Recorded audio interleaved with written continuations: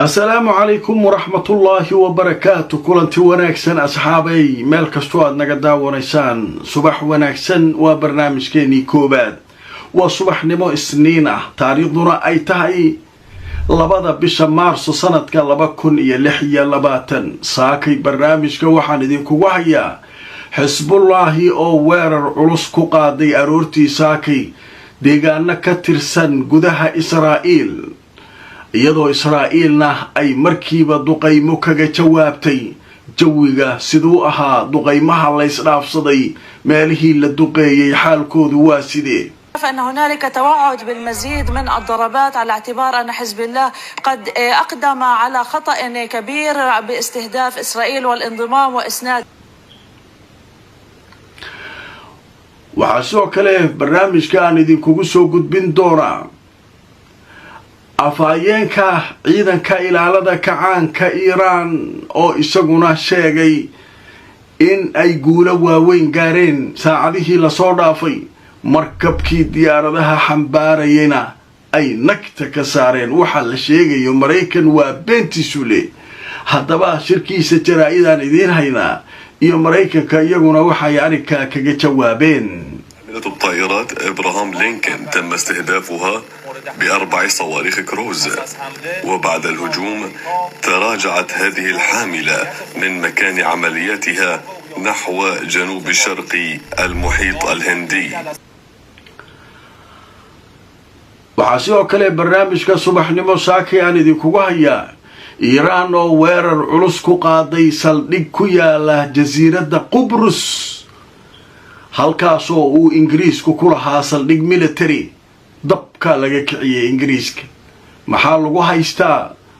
Iiraan maxay ku tuhmaysaa saldhigaas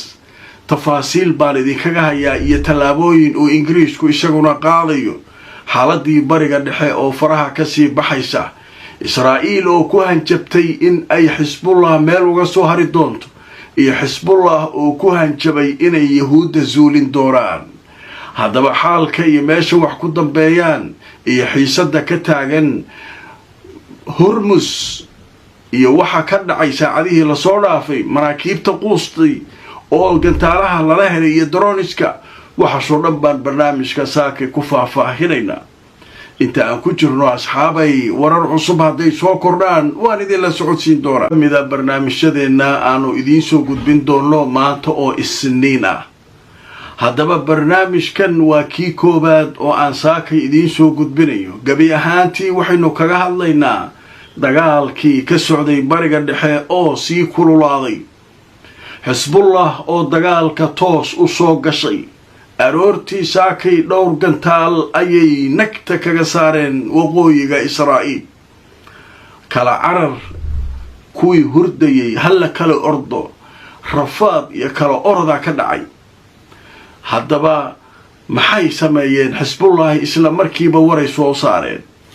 telefishinka Al Jazeera ayaa qoray wuxuu leeyahay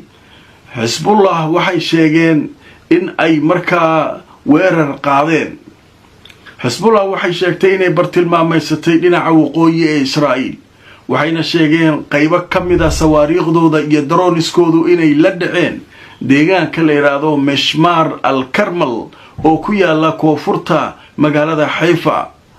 haddaba waxay sheegeen weerarkan inuu bilow u yahay argoosiga wadaadka shiicada ee Ayatollah Khamenei ee Iiraan hogaaminayay waxay dhanka kale sheegeen in weerarkan uu qayb ka yahay waxay ku tilmaameen difaaca Lubnaan iyo shacabkeeda iyo sidoo kale muqaawamadu inay ballan ku qaaday inay dagaalka sii wadi doonaan oo ay ka hortagi doonaan dhibaatooyinka iyo mushkiladaha ay geysanayaan sahnuuniyadda weerarkaas dhacay saak weerarka marka warar kala duwan la isku hayaa qaar waxay leeyihiin gantaaluhu waxay ahaayeen 6 intooda badan waa xaroodeen Israa'iil waxay leedahay 3 gantaale ahaayeen midaan qabanay laba baxsatay warbaahinta kale maxay leeyihiin labaan qabanay midana gudbay xaguu aaday Haifa ku dhacay waad meesha dekada Haifa la yiraahdo ayuu u gudbay maxaa dhacay marka Israa'iil dadkii ku noolaa dhanka waqooyiga waxay tiri taxadar weyn muujiya is-ilaaliya wixii carari karaha carareen dhanka kale ee lubnaanna digniinay u direen waxay yidhaahdeen ilaa 50 magaalo oo koonfurta lubnaan ku yaala dadka nool ha ka qaxeen meeshaas annaga iyo xisbullah naloo faataxaynaya haddaba wariyaashu waxay leeyihiin in weerarka xisbullah uu kululeeyay israa'iil waxaa laga gartay markiiba isla aroortii diyaaraday hore ka kicisa waxay duqaysay koonfurta lubnaan ilaa waxay duqaysay magaalada bayruud isla markiina waxay soo saareen waray leeyihiin saraakiil sare oo ka tirsan xisbullah ayaan dilnay waxayna wacad ku mareen israa'iiliyiintu inay xisbullah baabi'in doonaan xisbullahina waxay wacad ku martay dhiigga aayatullaahiga inaanu ciyaar noqon doonin oo kulligooda ay shahiidi doonaan sheekadaas marka waa cajiib aanidi tuso marka israa'iil iyaguna waxay sameeyeen telefishinka aljaziira wuxuu leeyahay ciidanka israa'iil waxay qaadeen mawjad weeraro ah oo ay ku qaadeen lubnaan kanaalka la yidhaha 12 israa'iil wuxuu sheegay israa'iiliyiinta ciidamadoodu inay weeraro dhinaca cirka ah oo rogaal celina oo jawaaba ay ku qaadeen xisbullah deegaanada ay joogaan iyagoo ka jawaabayay sawaariikhda xisbullah ay ku soo weerartay dhanka waqooyi haddaba warbaahintu waxay sheegayaan in weeraradaasi lagu qaaday bayruud iyo koonfurta lubnaan israa'iilna waray soo saartay waxay ku sheegtay saraakiil sare inay ku dishay weerarkaas waaye wararkaasu marka waa saakay dagaalkii waa fidayaa weli yaa noo dhiman ma garanaysaan oo alaabtoodii isku toosisanaya nimankii xuutiga waa dhibay markay iiraan amartay mid walba dhaqaaqaysaa dagaalku muddo dheer inuu qaataa la rabaa marka waxaagu inaa hormarsato lama rabo hadda iiraan annagaa isku filanay taagan tahay xisbullah la amray hadda xisbullah yaa gashay waxyaabaha la yaab kale ee dhacay marka ee dadka falanqeeyayaashu ay ka hadlayaan waxaa ka mid ah waxaa la yidhi wadaadka xisbullah ee maaragtay aayatullaahiga la dilay wuxuu mar walba ku celcelin jiray anigu waqtigaygu waa nin weyn baa noqday waxaan rabaa inaan shahiido qof kasta oo shahiida wuxuu dhihi jiray anigu qofkaasoo kale inaan noqdaan ahay waxyaabaha iiraaniyiinta laga waraystay waxaa ka mid ah wadaadka waxaa la yidhi ha lagu qariyo god dhulka hoostiisa ha lagu geliyo waa diiday wuxuu yidhi aniga xafiiskaygaasaan fadhinayaa meeshaa ku shaqaynaya gurigiisa iyo xafiiskiisa meeshaydaan ku shaqaynaya markay ugu badato maxay samayn way idilayaan aniguna waxaan rabaa inaan shahaado qaato odaygii nimankii saasuu ku yidhi waan ku qarino amaye meeshayda iigu imaado ninkii shahaado raba aniga ha ii yimaado shararka intaan ku qabanayaa waa kaas markii odaygii dhintay aayatullaahigii way isdhaarsadeen kulligood nimankii madaxda ah oo dhan oo kacaanka islaamiga ah war odagan shahaadada sooma qaadan haa annaga maxaa shahaadada noo diiday hal xabayuusan naga harin kulligeenna shahaadada aan qaadana yidhahdeen aan shahiid noqon waxaa isku soo baxay shalay waa aragteen kumanaan dad ah magaalada tahraan oo kulligood leh shahaadaan rabnaa wadaadkeennii sheekheennii hogaamiyaheennii shahaadada uu qaataa annaguna qaadanaynaa markaasaa meeshii waxa ka dhacay waxa socda waa yaabaysan qodobka kale ee barnaamijkaan u gudbaynaa wuxuu yahay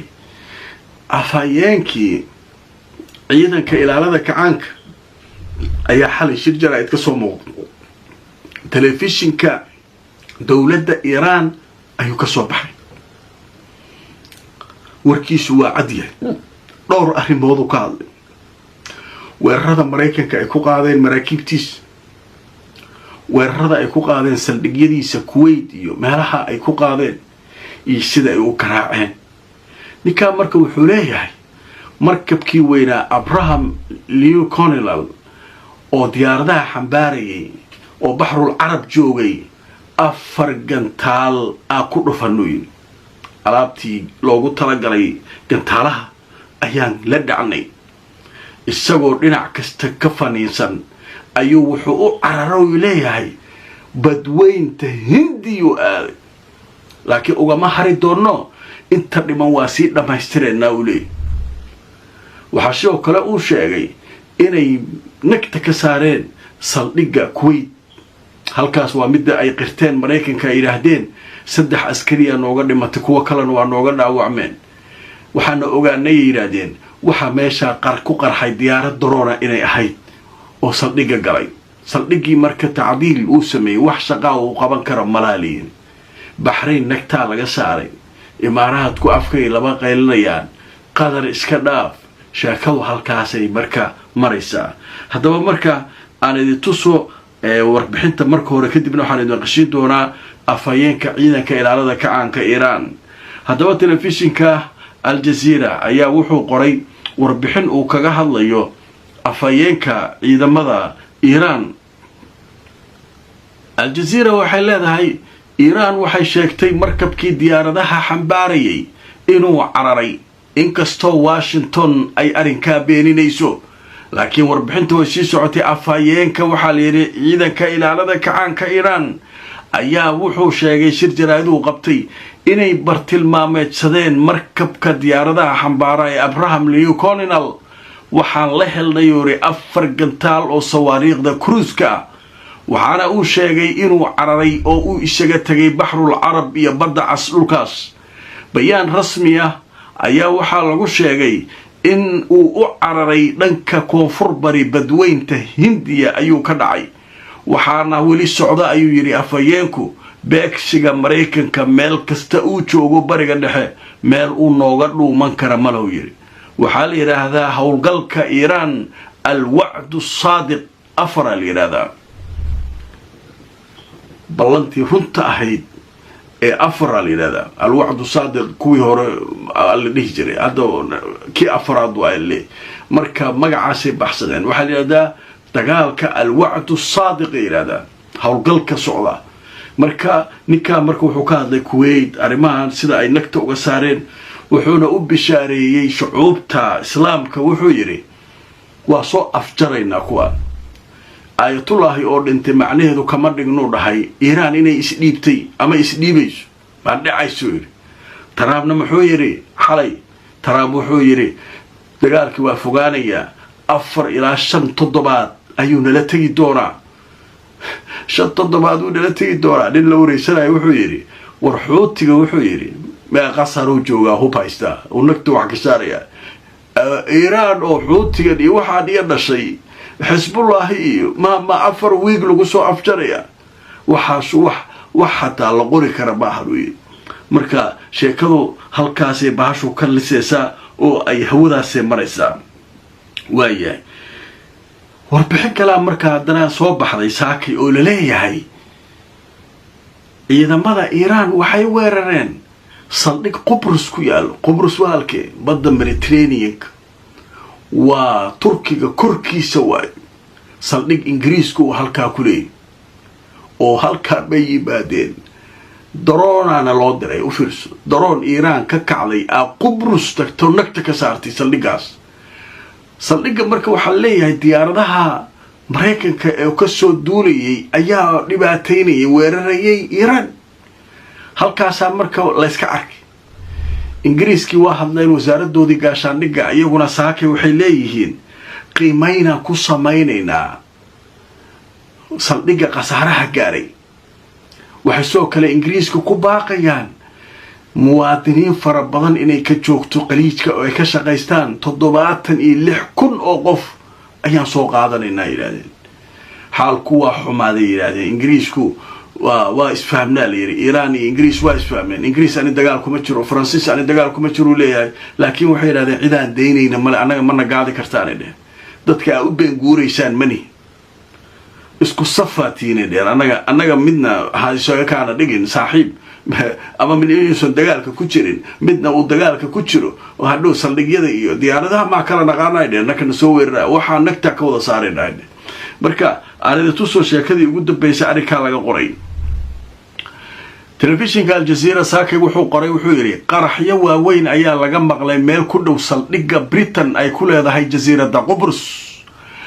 jariirada Ingiriiska ka soo baxda saakay waxay leedahay oo la yiraahdo Daily Mail wadanka Britain ka soo baxda in qaraxyo waaweyn laga maqlay saldhigaasi oo ay leeyihiin ciidamada cirka boqortooyada Britain wuxuuna ku yaalaa Qubrus.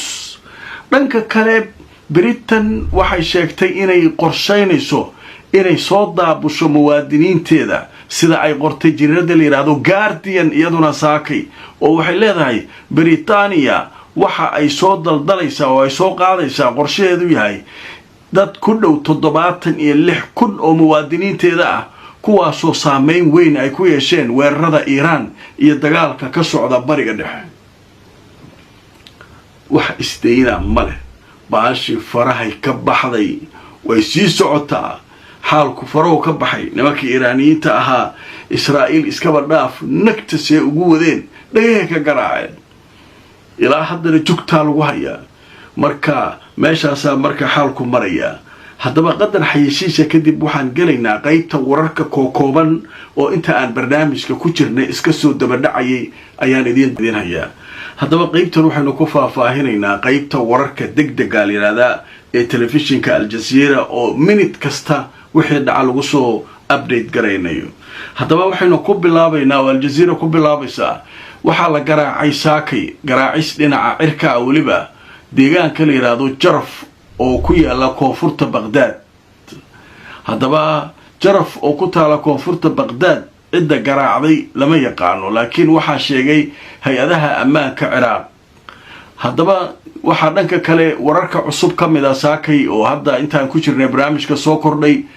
siiriga digniinta ayaa laga maqlay dhinaca waqooyiga buuraleyda Golan oo ay Israa'iil xooga kaga haysato Suuriya halkaas oo ay ku yaalaan saldhigyo ciidanka Israa'iil ay leeyihiin. dhanka kale wararka cusub ee soo kordhay waxaa ka mid ah mas'uuliyiin Mareykan ayaa laga soo xigtay Mareykanka iyo Israa'iil waxay sii wadayaan garaacista Iran muddo ku dhow isbuuc ayaanu sii garaaci doonaa ayay yiraahdeen oo xaaladdu waxaa la leeyahay farahay ka sii socotaa. wararka kale ee soo kordhay waxaa ka mid ah qaraxyo waaweyn in goordhow iyana laga maqlay caasimadda Iran ee Tehran. jariirada la yiraahdo Wall Street Journal ayaa iyaduna goordhow daabacday warbixin ay leedahay xogayaha amniga Iran ninka la yiraahdo Ali Larijani inuu sheegay in ay diyaar u yihiin haddii wada hadallo la bilaabayo oo ayaga iyo Washington inay wada hadalladaasu iyagu dhankooda ay diyaar u yihiin laakiin wuxuu sheegay in Mareykanku uu ka bixiyo jawaab cad wixii dhacay waxaana uu sheegay hadda waxaa socda howlgallo loogu aargudayo aayatullaahiga. haddaba warbixinada kale ee soo kordhay waxaa ka mid ah Israa'iil ayaa waxay sheegtay inay beegsatay goobo ay ku sugnaayeen deegaanada la yiraahdo Nabdiya al-Fufa oo ku yaala koonfurta Lubnaan Xisbullah mas'uuliyiin ka tirsan. wararkaasuna waxay ahaayeen kuwii hadda ay qorayeen Al Jazeera oo iska soo dabadhacayay qaybta wararka akhbaar caajila la yiraahdaa wararka degdega ah. haddaba xaalku halkaas u maraya asxaabay baashu waa kululaatay xaaladdu sidaasay mar walba u soo kululaanaysaa marka waa arki doonaa barnaamijyadaydu 3 waaye inta badan laakiin haddii baashu aad u sii kululaato waa soo kordhin doonaa bal adinkuna fikradii aragti naga siiya barnaamijyada 4 ilaa 5 inaan gaarsiino sida ay idinla tahay inta xaaladan bal dhan ay u dhici doonto waa la is hayaa horta meesha jugtaa la isku hayaa. haddaba wararkaas ayaynu saakay barnaamijkeennii subaxnimo asxaabay ku soo qaadanay. haddaba inta aan mar kale kulmayno la gareeyo oo sheer gareeyo barnaamijka kuna xirnaada barnaamijyadayda xaqaa'iqa ku salaysan adikoo mar walba la soconaya macluumaad iyo warar xaqiiqa oo aanu ka soo xiganay hay-adaha warbaahinta caalamka. haddaad nagu cusub tahay loobin subscribe si aad barnaamijyadan mar walba u hesho haddaad nagala socoto YouTube Facebook haddaad nagala socotana follow garey. inta aan mar kale kulmayno asxaabay nabadgelyo.